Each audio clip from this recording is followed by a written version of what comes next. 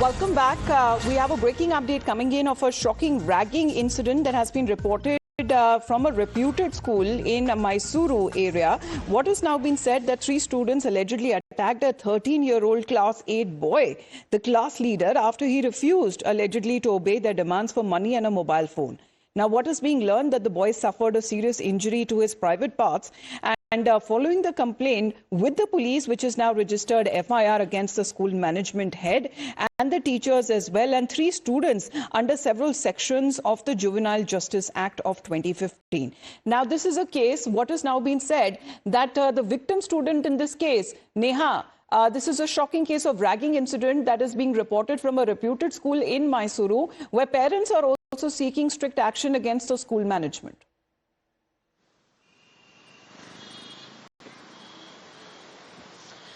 That's right. Most shocking case coming to light from Mysuru, where unfortunately ragging still continues.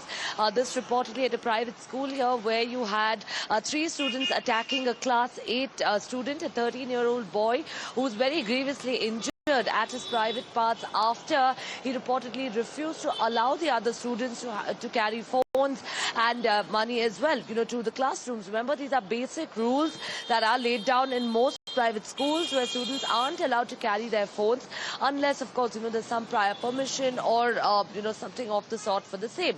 And here, even as you had this incident take place in the school premises, unfortunate that neither the school management nor, in fact, the teachers probably over there had responded, and which is why now we're seeing a case that's been registered against the school management, the staff, and also under Juvenile Justice Act, sections have been invoked against these 3 students who were involved in this horrific act of ragging.